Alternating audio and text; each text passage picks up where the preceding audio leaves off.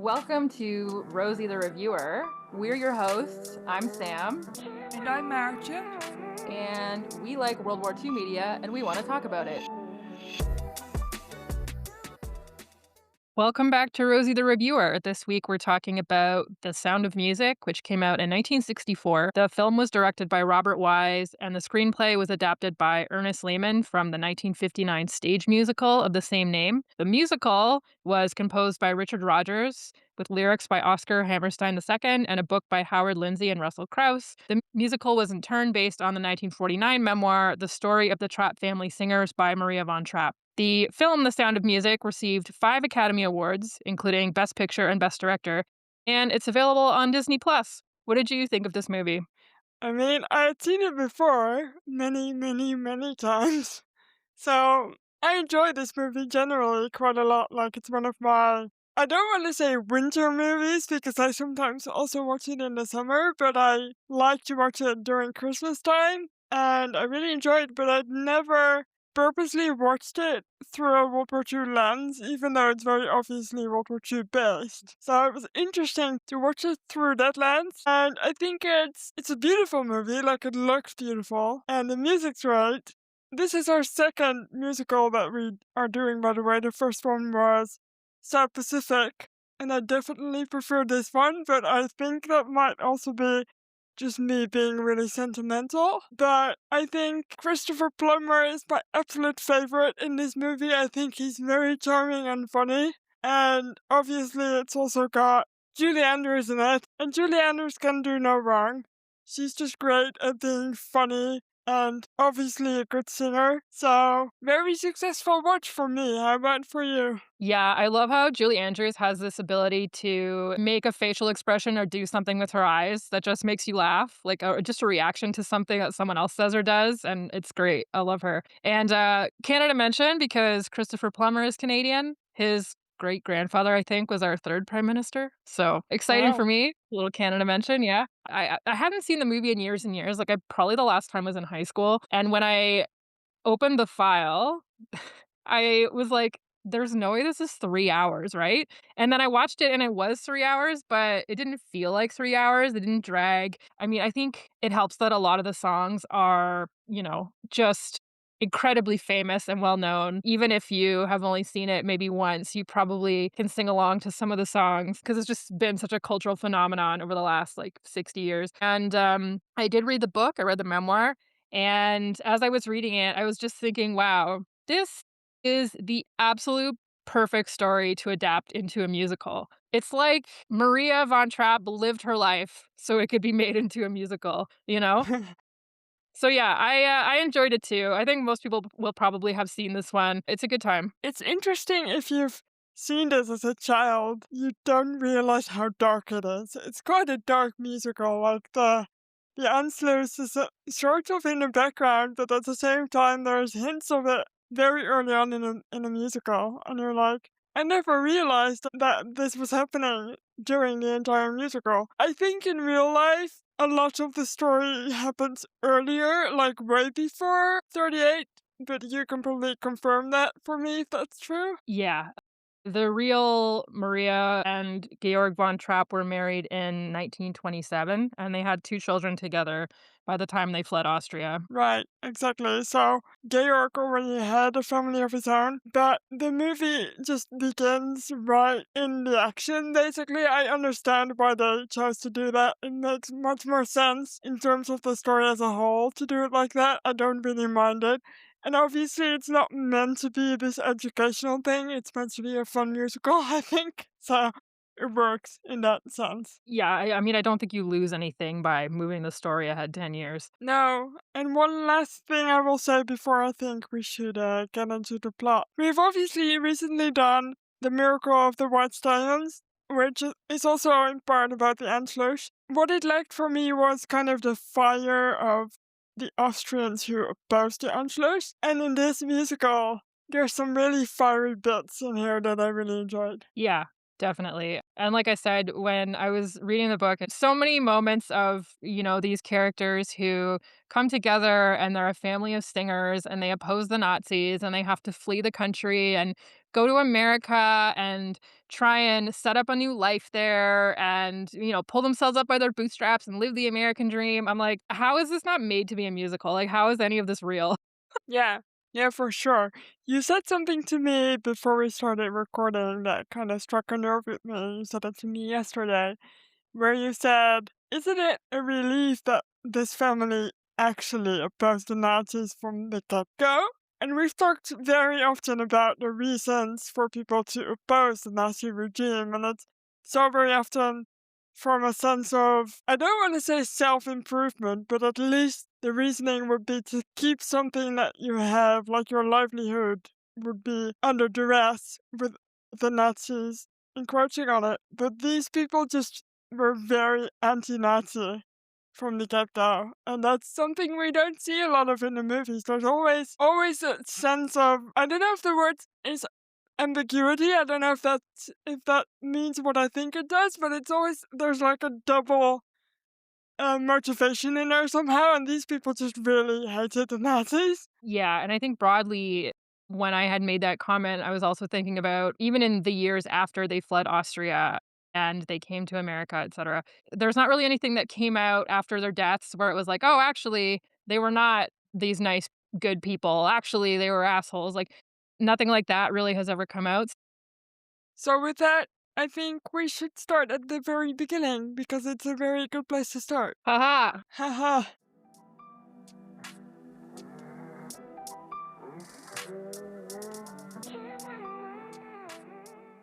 The plot opens in 1938 in Salzburg, Austria. We meet a young novice called Maria, played by Julie Andrews, as she belts out the title tune on the mountainside, and this always just gets me. I'm always just belting along. And we were saying in the last episode that I might just sing the entire musical from start to finish, but I shall not. I shall contain myself. And while she's very charming to us, and she's also maybe charming to other people, she's also a bit of a pain in the ass at the Abbey, which is the non-Burke Abbey where she lives. And the nuns have this song about her being trouble. And obviously she is. She's not very good with rules. Yeah, this is such a perfect introduction for her character because the real Maria was number one, she grew up in the mountains. She was obsessed with the mountains. She loved hiking. She loved being outside. When she got involved in the kids' lives, she was forever taking them outside. And she was obviously a very religious person because she wanted to become a nun. And she really felt that you could get closer to God when you were out in nature. And she'd be just marveling at trees and birds and all these pieces of God's creation, etc. She did love to sing constantly. I mean, as we see in the movie, that's obviously a real thing that happened. They went on to make it their career. And she also was a little bit of a pain in the ass. And she freely admits that. Got a little chuckle several times throughout the book because she explains how she just couldn't help herself of pulling a prank on someone. And they're never like malicious, but she's like, I don't know why I did it. The opportunity presented itself and I had to take the mick a little bit. That was one of the things I really liked, that because she was kind of charming and she had this sense of humor, I didn't mind so much that she's extremely churchy. Like, this lady is so, so, so, so, so religious. She's also like, man, I don't know why it's rare, but it is like one of those like religious people who actually practices what she preaches and really behaves in a way that you would think that Jesus would want people to behave. This opening scene is great. It's her to a T. And I think Julie Andrews is just perfect in this role. Like you said before, she's got this little glint in her eye. And she's innocent, but at the same time, you could see her getting up to no good and then getting away with it because she's so charming. And it's just lovely. It just immediately put me in a good mood when I started watching. Yeah, and you get to see this whole like this beautiful scenery and this charming little town of Salzburg. It's the birthplace of Wolfgang Amadeus Mozart, and that's what the town would like to be known for. But unfortunately for them, the hundreds of thousands of tourists they get are largely there now because of the sound of music. And apparently the locals are a little bit sick to the back teeth of it. But it's very charming. It's very quaint. They're like, go into the mountain, leave me alone. Just go into the hills and sing. Yes, go away. Go sing in a meadow. The Mother Abbess, played by Peggy Wood, in an effort to get Maria to sort herself out and figure out what she wants out of life, Does she really want to be a nun? Is she going to take it seriously? She sends her to be a governess at the home of Captain Georg von Trapp, played by Christopher Plummer, and his 7 children. Imagine having 7 children. But can you tell us a little bit about Georg von Trapp's World War One experience? Because I thought that was really interesting. Yeah, for sure. I was going to get to it later just because it impacts how he died. Okay. Yes, it does. That's a good one. So we'll get to it later. Spoilers. Just what made me laugh is that none of the children's names are any of the children's names in real life. Every single name has been changed. But just imagine having 7 children. I cannot. I just cannot. I would just run away screaming. I mean, this guy's obviously got help. He's like a wealthy man, but just imagine you and your spouse have 7 children and then they simply pass away and you're like, great, now I have 7 children by myself. Yeah. And his wealth was his wife's, right? Initially. He wasn't originally as wealthy as he was, but his wife was, I think. Yeah, the other thing too is that in real life, they lost their wealth during the Great Depression. They had put all of their money into this bank, and sort of the long story short is that the bank went under, and so they really didn't have very much. They had to pare down their living style quite significantly, and when they came to the US, it really had like it was like they had like $4 or something between them. Their life really changed, and we lose some of that because they have set this in 1938 instead of in the 1920s where it happened in real life. I thought it was interesting to read about Derek von Trapp putting the money into that bank to help out a friend. Like, it seemed to be a rather selfless thing for him to do, and then he lost all of his money. Just makes me kind of sad for people trying to do the right thing and then getting punished for it. Yeah, no good deed. No, I do like that Mother Abbess, played by Peggy Wood. She's such a gentle, like, she's not really all that judgy. She's like, you just go figure yourself out, my child. But please do it before you commit yourself to something you cannot live up to. I thought it was interesting that because obviously religion can be very sort of strict, and obviously living in a convent it would be strict, but there's no sense of guess there's not real judgment in at least it's obviously a musical, so you can't really be all that serious about it maybe. But I like that. Yeah.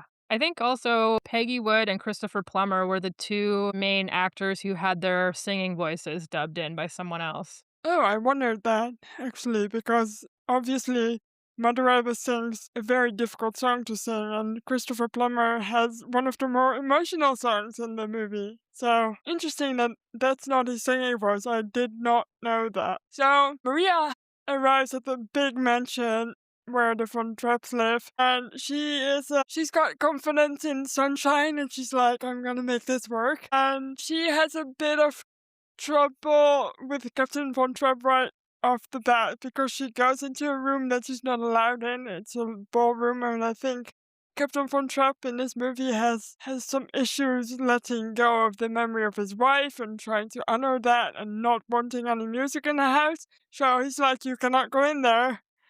And then she also meets the children as he uses his little whistle to call them downstairs and give them all signals on his whistle. And she's like, I will not listen to a whistle, I'm not a dog. She doesn't even try to be very polite. She stands up for herself right away, which I enjoyed.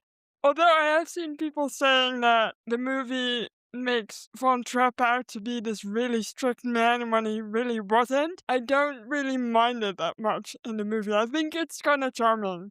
It's serious, but at the same time, there's always a little smile on his face or a glint in his eye. So I'm like, he's not that strict. He's kind of doing it to kind of test her almost. Yeah, and because it's a movie, they have to give him a character arc, right? So if he is always kind of a chill dude and he doesn't run his house like a drill sergeant, there's not really anywhere for him to go. In real life, they had this woman living with them called the Baroness, not the one he's engaged to, some other woman. And she was kind of responsible for like the household and the kids and stuff like that.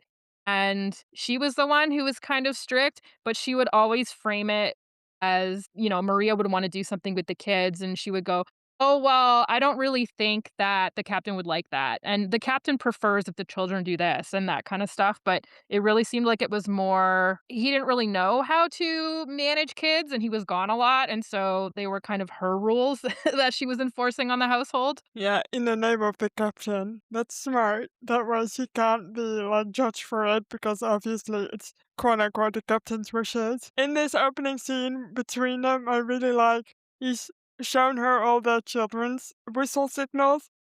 She blows the whistle eventually and he turns around and looks at her like, what the fuck are you doing? And then she's like, you haven't shown me your signal, sir. And then he looks at her like, the fuck are you saying? Well, the other thing I really enjoyed in this scene was when he was asking her whether she had any better dresses to wear, and she's like, "Well, no, when we come to the convent, all of our clothes get given to the poor." And he's like, "Well, what about the one you're wearing?" And she says, "The poor didn't want this one." It is a really kind of witty movie. Another thing that I noticed about the movie as a whole is that it is a sort of old-timey movie and it's got like the beauty filter and everything and it's very beautiful. The humor is very current still. The humor really still works. It doesn't feel clunky at all. Yeah, no, I totally agree. Initially, the children take the mick a bit. They've burned through quite a lot of governesses before Maria came along, and they're doing the thing that kids do where they're like, well, none of these people are going to stick with us, so we might as well just drive them away. But eventually they start to warm up to Maria. She's good with the kids. She doesn't overreact when when they're being little shits. The oldest child, Liesel, played by Carmien Carr, has a secret romance going with the telegram delivery boy named Rolf, played by Daniel Truitt. Maria agrees to keep her secret, and she also comforts the children during a thunderstorm, so we kind of see her get to know them and get involved in their lives. Lisa is supposed to be 16 and I don't know how old the actress was, but as a child when I watched this movie I had no idea that she wasn't 16. And now when I'm watching it, I'm like, Jesus, this woman is like in her 20s at least. And it's so No, I funny. know. You're definitely like, "Oh, cute," and it wouldn't be as much of a noticeable thing if she didn't sing a whole song about being 16 going on 17. You're like, "No, you're not. You're 24 going on 25," or whatever.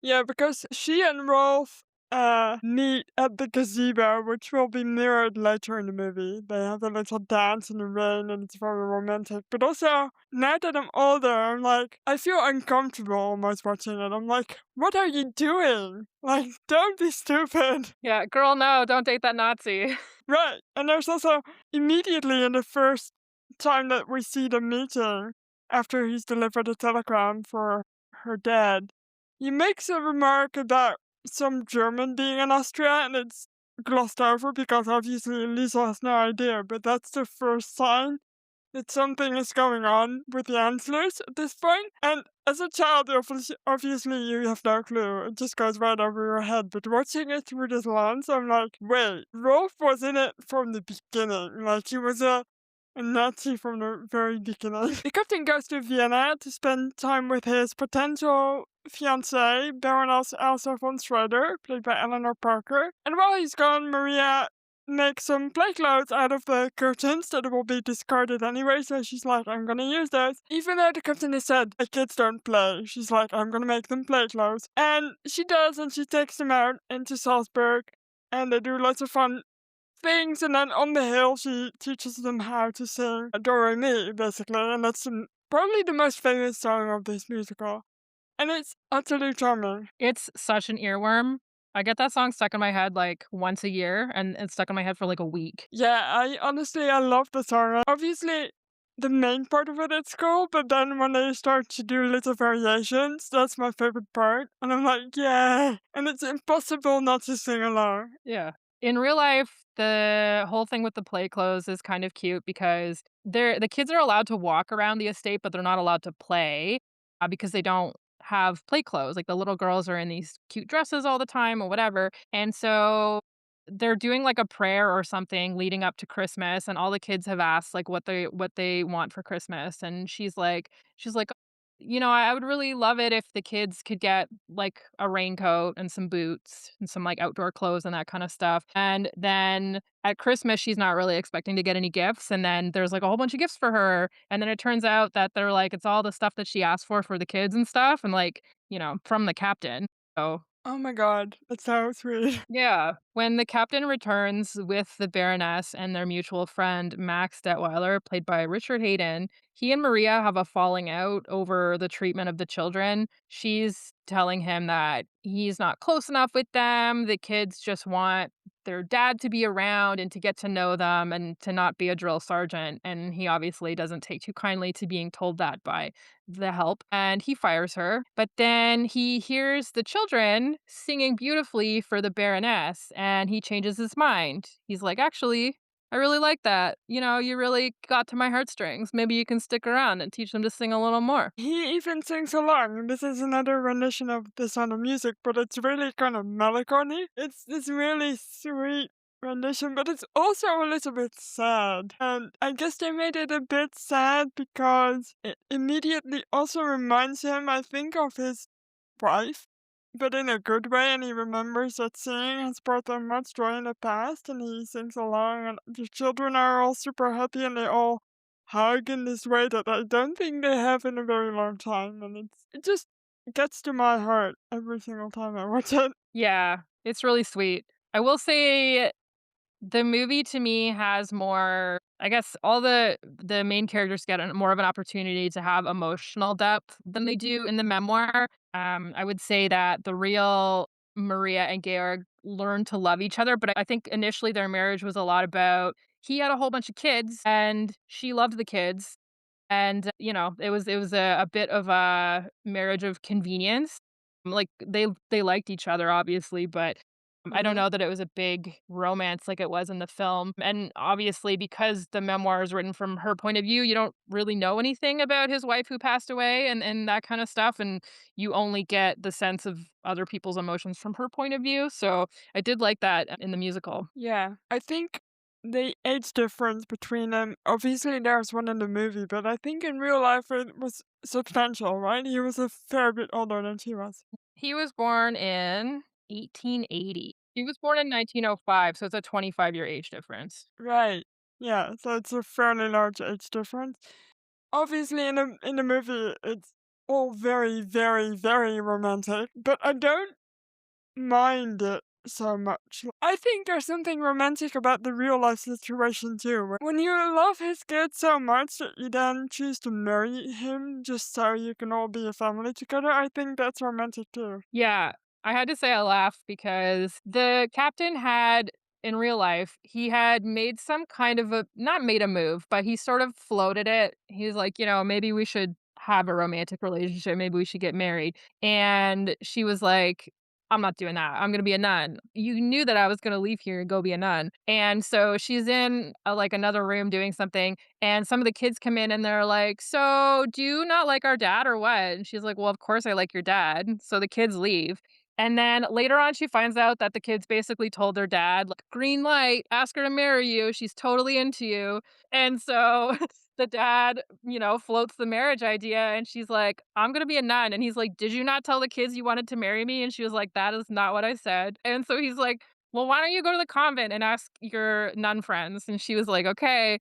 So she went to the convent and the mother superior was like, "Yeah, I think you should marry that man. It's God's will, and you gotta do God's will. That's what we're all about." And so she she went back, and when she saw him, he was like, "So?"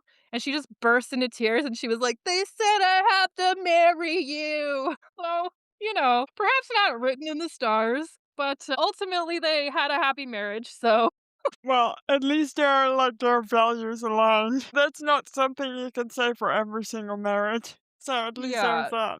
definitely. What do you think about the Baroness in this movie? I don't know. I don't have any strong. I thought she was so obviously put in there to be this kind of uptight, boring counterpart to Maria. I thought it was kind of unfair to this woman in this movie. Yeah. I mean, I think in real life, the plan was her and Captain Von Trapp would get married and then all the kids would go to boarding school. And Maria was like, "What's the point of marrying a guy and getting all these great kids and just sending them away. So that's I think you can tell there that Maria's goal for marrying Captain Von Trapp is really like, "Sweet, I get to hang out with the kids," whereas the Baroness's goal was more, "Sweet, I get to hang out with Captain Von Trapp." Yeah. Was, Max Detweiler, he didn't exist in real life, did he? No, but they did have I guess, kind of a secular priest. I don't remember what his name was. They called him Father something, and he was their sort of band manager. He was the one who had kind of a music industry background in a way. Like, he heard them sing, and they were kinda rough and untrained, and he was their conductor, and he pulled them all together and sort of sanded off the rough edges and stuff, and I believe he came to America with them. Interesting. Max is just kind of being annoying to the captain the entire time. The captain is like, "Stop trying to make this happen. I don't want any of this." And he just keeps pushing it. It's so funny. Yeah. Case in point, Max would like to enter the children into the renowned Salzburg Festival, which is a music festival. But the captain is like, "No, you cannot do that. They will not be singing in the public. But they will be allowed to sing at the party that they are holding at the villa." And they sing a song called So Long Farewell, which will be relevant later. And at this party, you can see the first signs of some people being Nazis, because there's one guy, I forget his name, who's like, "Did you notice that there's a big Austrian flag in the hallway just being there being flaggy?" The captain kind of ignores him. He's polite to him, but he just doesn't engage with this man, and you're like, "Oh wait, this guy's gonna be a villain." Yeah, definitely. I'm trying to think. I think in real life, the family was singing outside somewhere because, she was Maria was big into hanging out outside. And a famous singer that had come to town for the festival overheard them and was like, "You guys should sing in the festival." And they were like, "No, like we're not really supposed to." And she was like, "I mean, you totally should. I'm a famous singer. You should definitely be in the festival." So she made some calls and got them in, even though it was past the deadline or whatever. Yeah, you're just right. This story is meant to be a musical. Like, it's so like fairy tale. I mean, I know there's a war on and all, but it's this almost fated story. It's really interesting. And at this dance that they have this party, it's like they open up the ballroom and you can tell that the captain is returning to his former self and is happy and all that. And the Baroness is also still there, but Maria is trying to teach one of his sons to dance, this Austrian folk dance, and the captain intervenes and is like, May I?" And then they have this really, really, really romantic dance together. I mean, it's movies like this that make me a hopeless romantic. It really is. It's really stupid. They look gorgeous together too, like, never were there 2 better looking people throwing each other around the dance floor, and apparently the dance they're doing is a real Austrian traditional folk dance. It's just beautiful and the lighting is perfect. And for some reason, just Julie Andrews' eyes do something when there's a light in them, and she looks so dreamy and angel-like. And Yeah, Christopher she Plummer does. is really charming. Yes, I know a few people who, as a child, he was their, like, first movie star crush because of The Sound of Music. I do not blame those people. I think I was too young when I watched The Sound of Music as a child to have any sort of crush on anyone.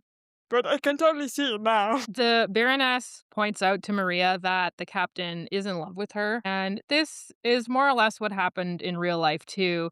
But the Baroness didn't want Maria to leave because she basically did not really perceive Maria as a threat. She was like, "I'm just letting you know he's in love with you, but."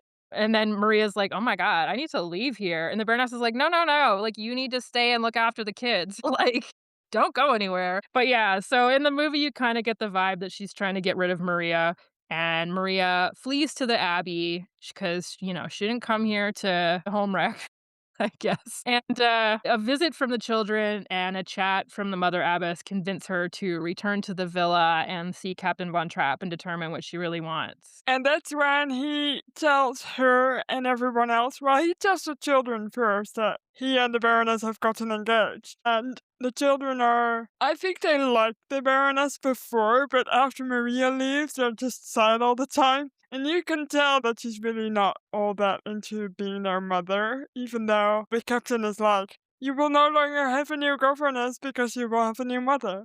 And she and Max have a conversation where he says, You know, there's such a thing as boarding schools, which is, I guess, came from real life. Yeah.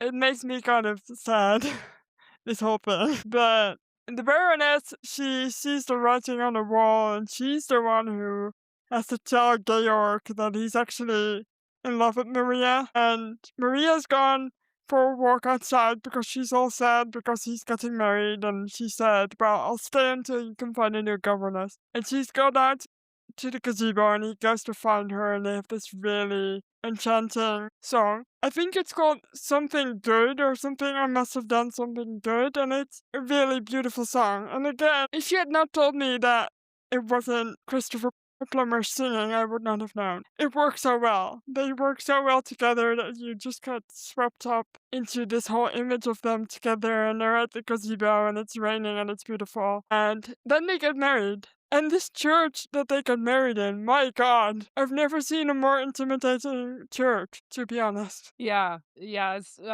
pretty intense. One thing that interested me when I was reading the book was that, I don't know, I think I kept waiting for her to express some sense of, like, having a crush on Captain Von Trapp or being interested in him in that way or noticing how he looks or something, and that just never really never really happens.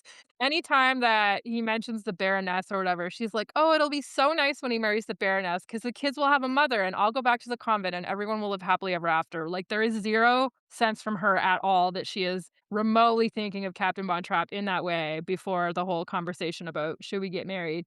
I wonder if that is true or if she's writing it that way in hindsight because she doesn't wanna come across as someone who sort of seduced away some other lady's man. I generally don't know how Austrians express themselves. Like some cultures are just vastly introverted and not very expressive, so it might be something to do with that as well. But they do also put it in the musical. While she's sad in the musical, she's also happy for the children to get a new mother. So it's like, I don't know. Yeah, and I mean, I guess maybe she was just super naive, you know, she wanted to become a nun, she grew up in the mountains. Interesting, in the musical, the captain and the baroness break up because she and Max think that the Anschluss is inevitable, and they sing this whole song about it called "No Way to Stop It," about how the captain should try and get along with the Nazis for his own benefit, and he's like, "Well, obviously, you're politically bankrupt, and I can't be with someone like that."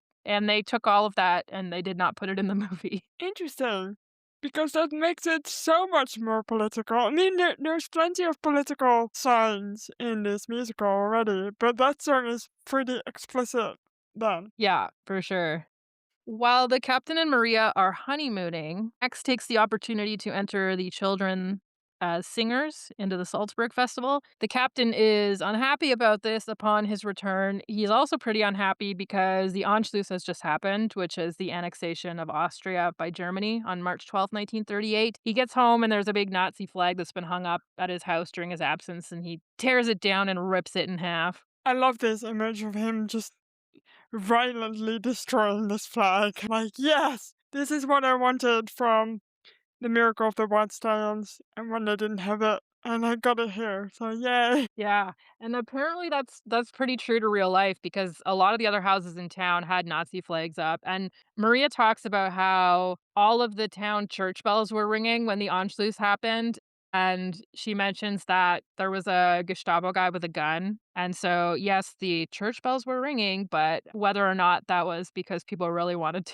to be ringing them or felt obligated, I don't know, but, a lot of houses had Nazi flags up, and the Von Trapp house didn't, and so a local Nazi official came by and was like, "Hey, I noticed you don't have a flag up," and Captain Von Trapp is like, "We don't have one." You know, "Our family was hit pretty hard by the Depression, so we just simply cannot afford a flag," and so the Nazi official went away and came back, and he's like, "I brought you a flag," and Captain Von Trapp was like, "No, we'll not be putting that up." So, yeah, pretty true to life. I guess Captain Von Trapp was lucky that he was a decorated World War I veteran, and also he wasn't Jewish. Otherwise, he would have been in so much trouble. Yeah, and I mean, I think it helps that They live up in the mountains, it's not like Yeah. he's in Vienna being noisy about this. Yeah, in Vienna it would have been different for sure because it also would have been much more public, I guess, and people would have seen that as an act of defiance.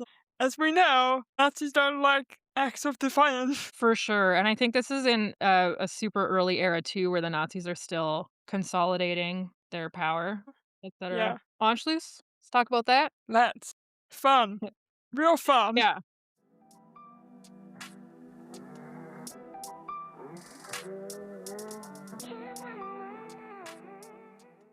So the idea of Austrian and German unification long predated Hitler. It was not his idea initially. A number of smaller German speaking kingdoms united to form the country of Germany in 1871, but Austria, also German speaking, remained separate. And so this became like a whole kind of a thing. There were people in both countries who were like, well, they're German speaking. We should all be one country. There was renewed support for unification after the collapse of the Austro-Hungarian Empire at the end of World War I, and Austria had some pretty substantial economic difficulties in the 1920s. I think there was a sense that people thought Austria might not be a viable economic state because they lost so much of their territory at the end of World War I, right? They had been this huge empire, and then they went from being like I think it was something like 40 million people to being like 7 million people. And so people really thought, maybe we're just not viable as an independent country.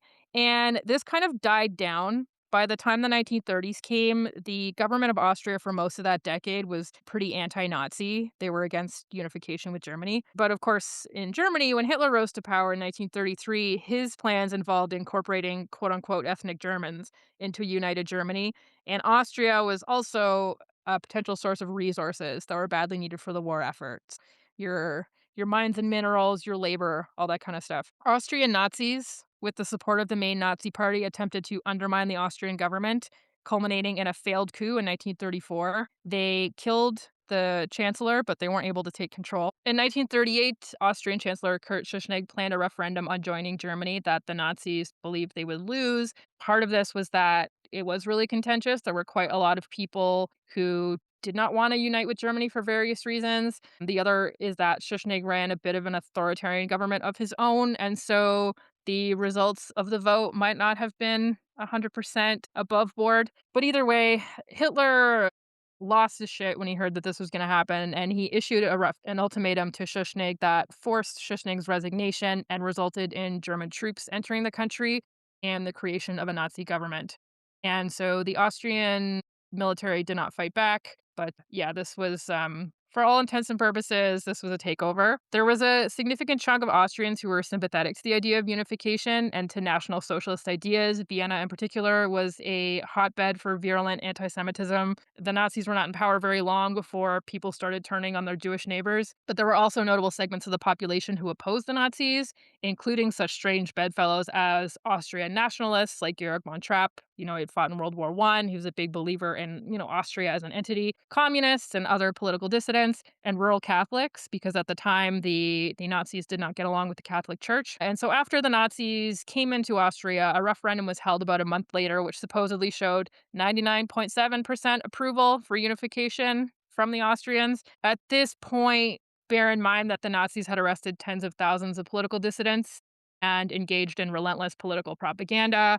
There were some voting irregularities, so I would definitely take the result of this referendum with a grain of salt. After the first few months, it became clearer, even to the cheering crowds who had greeted Hitler, that Austria was not to be an equal partner with Germany, but instead would be pillaged for resources. It became essentially like a province of Germany, and then they broke it up and became like two provinces of Germany. So not even the entity of Austria existed anymore.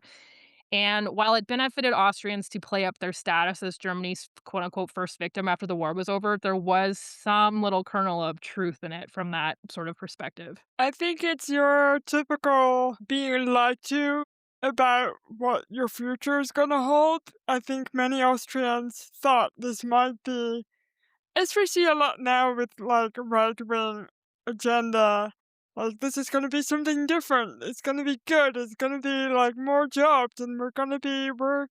finally gonna be listened to. And then once it's actually happened, in this case in the Anschluss, like banks were taken over, everything, any government organization basically was taken over immediately by the Germans. So all those nice promises did not come to fruition. And it's interesting because I sometimes seem to forget, and I don't know if I'm the only one, probably not, that Hitler was Austrian and he has this really cherished relationship with Austria because he felt rather like an outcast in Austria, and this is where he wanted to go to art school and he was denied twice. And he really just held a grudge, I think, against Austria as a country.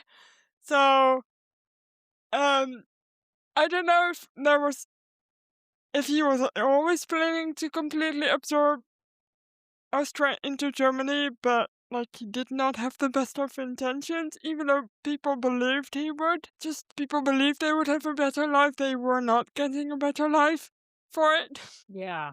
Yeah, definitely. Back to the movie, I guess.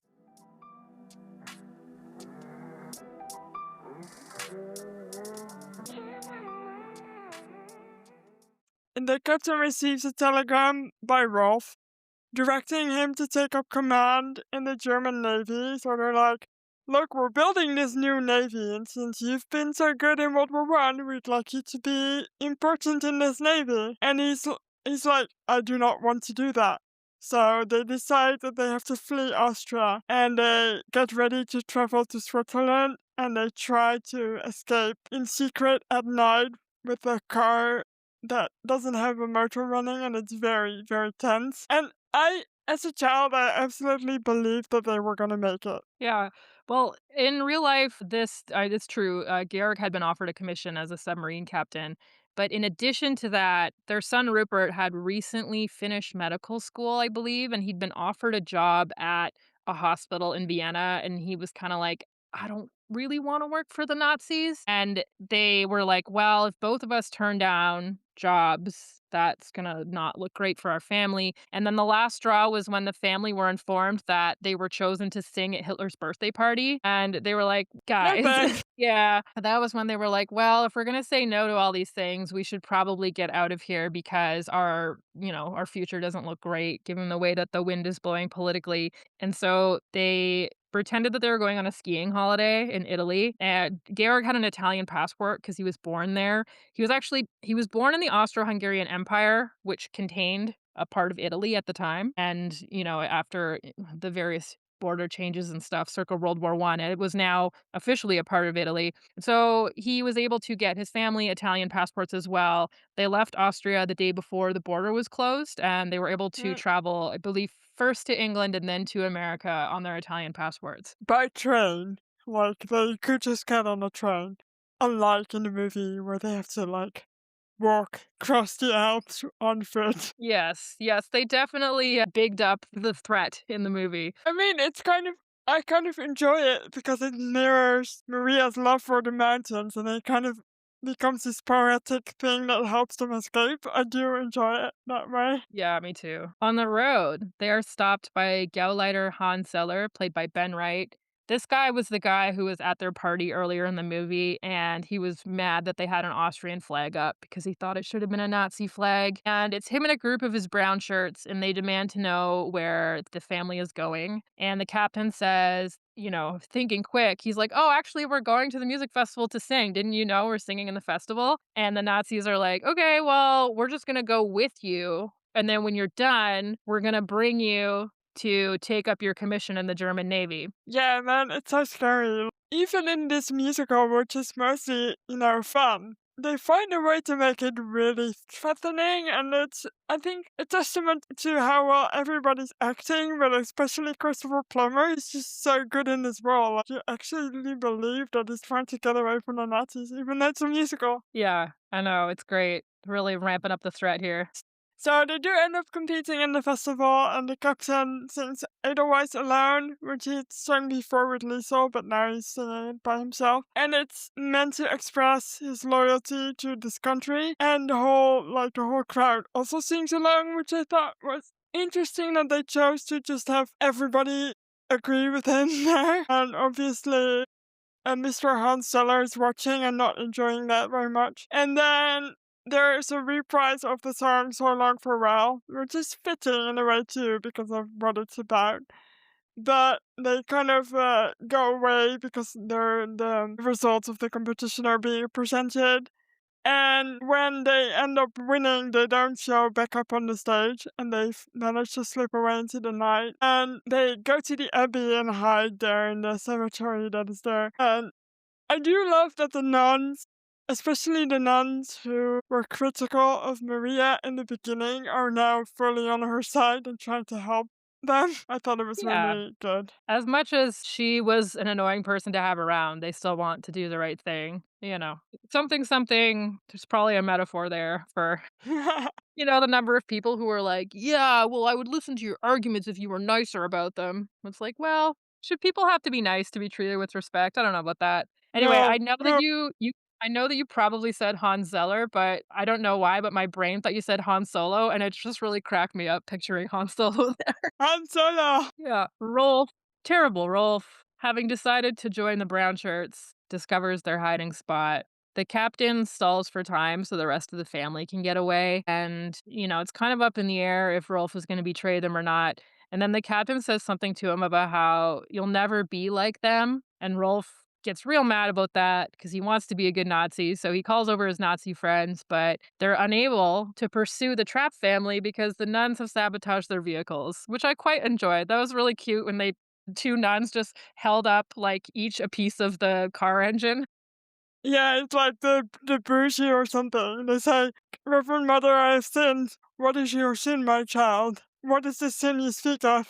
And then they hold it up. It's really funny. Yeah. And then, obviously, the Nazis can't go anywhere. So they do know at this point, the Abbess has told them that the borders are closed. And we see them traveling the mountains by foot toward their freedom.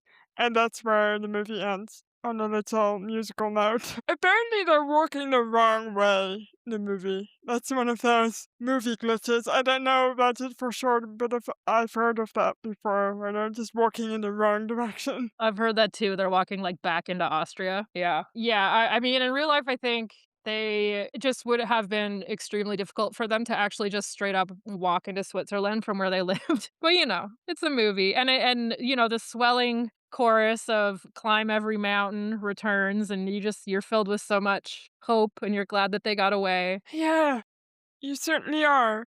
And then you learn that something happened in real life not very long after that. But anyway, before we get to that, I want to say that's the end of the movie, so I know where to cut.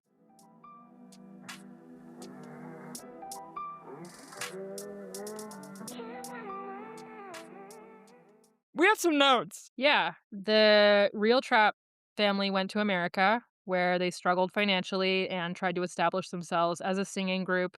As you can probably imagine, the fact that they didn't have a lot of money and wore their traditional Austrian costumes everywhere and sang traditional Austrian folk songs and religious hymns was, it's a niche audience. So I think they struggled a little bit until they started to branch out and interact with the audience a little more, kind of find their brand, I suppose. Eventually, they enjoyed modest success. And they toured the country. And Maria and Georg had three children together. They had two before they left Austria and one after.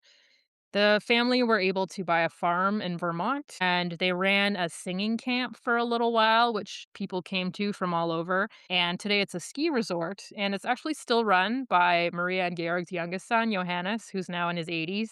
He's their only surviving child. And Captain Von Trapp, sadly, died of cancer in 1947, and Maria outlived him by 40 years. And it seems as though a lot of people who served in submarines before 1980-ish, they sort of got these submariners got lung cancer at a rate that was very disproportionate to the general population. And it seems that a lot of the submarines were made with asbestos as insulation. And so Mm, if you can imagine, you're in a little tube and it's poorly ventilated and you're breathing these fibers in and day out. And Captain Von Trapp had served in a submarine during World War One, a little tiny tube in the ocean that held like five guys. So you can mm. imagine he was probably sucking up diesel fumes and asbestos all day long. And, so yeah, so, I mean, we don't know for sure that's where his lung cancer came from, but, it's super possible. He also was, as for many men, I think, in those days, a heavy smoker, so that wouldn't have helped lung cancer any. Yeah. No, for sure. Don't smoke, kids. Yeah.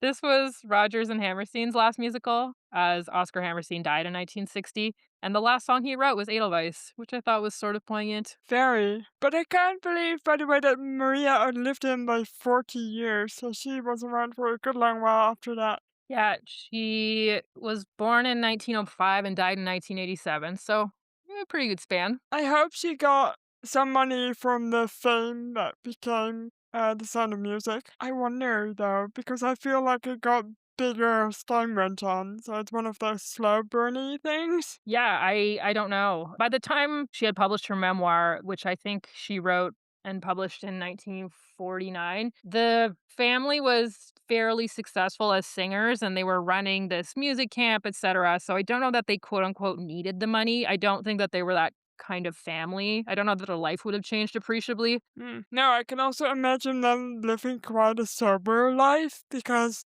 obviously Maria had wanted to be a nun, and I don't think they're known generally for their like living in excess at all. So I guess if you have enough money to just get by, I feel like that might have been just enough for them anyway. Yeah.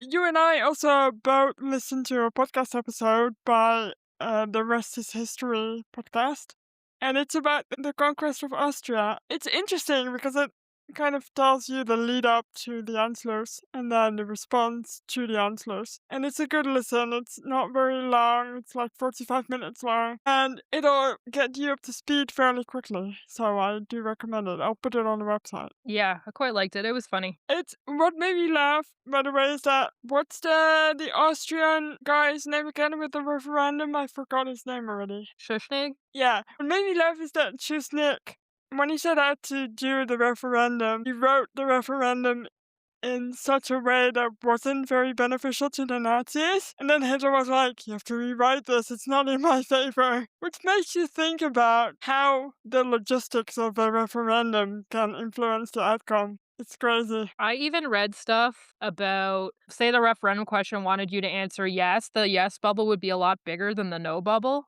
Like, Yeah. even stuff like that, you're like, "Okay." How's that fair to just, like, psychologically manipulate people into saying yes? Yeah. Or maybe one being, like, bolted and the other not in bold? Like, it's kind of like that. It's mean. But I don't think Austria ever stood a chance against Hitler, to be honest. Like, they were going to become a part of Germany no matter what. Yeah, I did think it was super interesting that at the 11th hour, they did reach out to England, and got a response basically being like, "You're on your own." good luck. So, yeah, and I also thought it was interesting that in 1934, when the Austrian Nazis had assassinated the chancellor and the Germans were maybe looking at it as an opportunity to push into Austria, Mussolini and the Italians came up and, the army kind of massed along the border and was like, "No, you don't." And I Get mean, away. the reasons for that obviously were quite selfish. The Italians wanted a buffer state essentially between them and Germany, and obviously because of the area of the Austro-Hungarian Empire when all of those areas had, the lines had been a little bit blurred, they still considered Austria to be part of their sphere of influence, and so they did Yeah. not want the Germans in there, and then I think we heard about this on the podcast, in, 1938, when the Germans did go in and the Italians didn't do anything about it, Hitler sent this very effusive telegram to Mussolini being like, "I'll never forget this, BFFs for life," and Mussolini was just embarrassed about it because it was just so over the top. He was like, "Yeah, okay, dude, like, you're welcome, I guess." Just a very, like, diplomatic note back. Yeah. Yeah. It's like, Hitler wrote a little love letter to Mussolini. I think twice even, they said on the podcast. Like, he did it before he was gonna invade, because he ended up invading Austria even before the referendum had completed, he was like, I'm just gonna do it anyway. And then he wrote him again afterwards. And it's just like, dude, calm down. Yeah. But it is funny that Mussolini was the one to oppose their initial attempt to play a coup. It's like another big dictator stopping another, which is seems really unlikely if you know what happens next, obviously, with Mussolini. But like you said, it's for selfish reasons. So it made me laugh that it was Mussolini to do it. Yeah. Well, and I think as they say on that other podcast that we listened to, yeah, you really would not expect Mussolini to be the one European leader who stands up to Hitler. And another thing that I learned in that podcast, which I thought was interesting as well, was that Hitler's original timeline for the war was much later than it ended up happening. Like, it happened sooner than he'd originally planned, because he'd said, we need to, like, do something between 1943 and 1945, because otherwise we are going to be bankrupt and the economy is going to be on its ass and we won't have any resources and all that. They were legitimately afraid of being at war with France and England, and France and England obviously ended up not waging war on Germany for the beginning of it, which is also interesting learning this in hindsight. Yeah.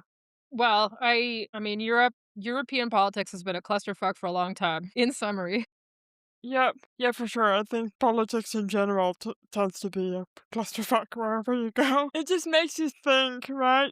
What if the Brits had done something when Shiznik reached out and said, look, I'm in trouble here, come and help me? It makes you wonder if they acted. I don't think they could have acted at that point, to be honest. But it's still, the history would have been so different if the war had started earlier. Well, you better write that alternative history novel. I'll read it. No, never.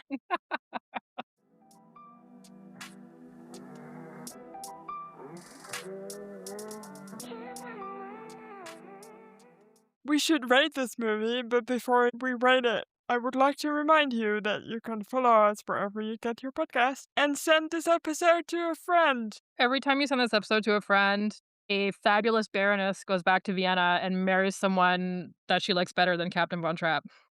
Excellent. You should do that. And also, please follow us on Spotify because our follower numbers are at a number that tickles me almost. So I would just like maybe 2 or 3 more followers. So if you haven't followed us yet, please do. Now to the rating. How many Von Trapp children out of 10 would you rate this movie, Sam? I'm gonna rate this movie 7.5 Von Trapp children out of 10. I mean, it's a classic for a reason. It's really well done. The acting is great. It's very charming. There's something really authentic about it. Julie Andrews is great. Christopher Plummer is great. And it's one of those movies that you can always picture yourself going back to watch again. So yeah, great movie. The only reason it doesn't get a slightly higher rating for me is that I'm not sure if like musicals are 100% my thing. Like there's definitely some that I enjoy, but I don't know if they're quite in like the Rodgers and Hammerstein brand, I guess. But yeah, it's a good film. Definitely throw it on for some kids if you got any. It's very wholesome. Yeah, I'm gonna rate it a 9. 9 Von Trapp children out of 10. I can watch this musical a million times and still be charmed by it or notice something new because there's really a lot going on within it. And you've already said all the things I wanted to say as well because the acting is just fantastic in it. And the thing you said at the very beginning about it being 3 freaking hours long, it doesn't bother me at all. It doesn't feel like it. It starts with an overture, which I like, and then there's an intermission in the middle, which is like 3 minutes long, and you can go get crisps or like a drink or something or go pee. I just enjoyed all of it. But it was definitely interesting watching it through a World War II lens. And it was interesting to learn more about the Anschluss. So just winners all around for me. And the music is good. Absolutely. Like the music. Let's not forget the music. The songs are really goddamn catchy. There's not a song in this that I don't like. Yeah. Lots of bangers. And the memoir is pretty charming, honestly. So if you want to give that a read, I don't think you'll be disappointed. Listen to Sam, everybody. Go read the memoir. Speaking of reading, are you reading anything new? Yes. I'm reading I Served on Bataan by Lieutenant Juanita Redmond. She was an Army nurse. She served in the Army Nurse Corps during World War II on the Philippines. And so far, she's been subjected to some pretty intense bombing, and they've had to move their hospital a couple times. So, yeah, I'm looking forward to finishing it because there is a movie based on it, which we will, potentially cover in the future. Awesome. Is Bataan another tiny island? It's sort of across the bay from Manila. Okay, alright. I am. Am I reading? I am sorta still kinda reading the same book I was. I've also picked up Mission Europe again, which has been rebranded, I think, in a new version as The Women of the SRE. That's still, I've been reading that for about a year, so not much hope of me finishing that anytime soon, but I guess I can just keep trying. And I'm also writing, which I haven't done in a long, long time, so I'm just finding my creative flow again, which is enjoyable. But it also means that I have a lot of things to do and not enough time to do any of them. So, meh. Yeah, story of our lives. I think that's it for this week. Thank you for listening, everybody. Go follow us wherever you get your podcast. Rate us 5 stars. We like it when you do that. Follow us on Instagram at Rosie the Reviewer Podcast or visit our website, rosieTheReviewer.com for more information. And we'll see you next week. Bye.